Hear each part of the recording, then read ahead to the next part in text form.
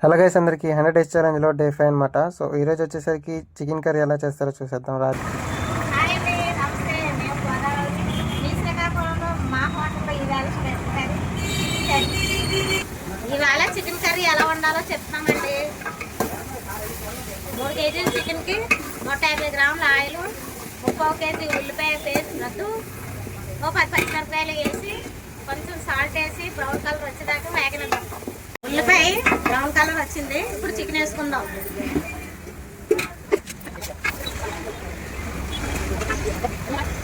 అల్లం వెల్లుల్లిపాయ paste cup,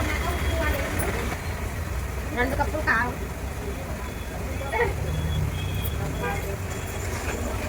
కారం, ఉప్పు, అల్లం వెల్లుల్లిపాయ పేస్ట్ ముక్కలు పట్టేదాకా మగ్గనిద్దాం. తగినన్ని నీళ్ళు 20 నిమిషాలు ఉడకనిద్దాం.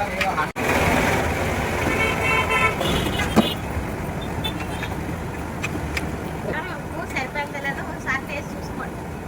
ఫస్ట్ టైంలో మేము ఆడించుకున్న మసాలా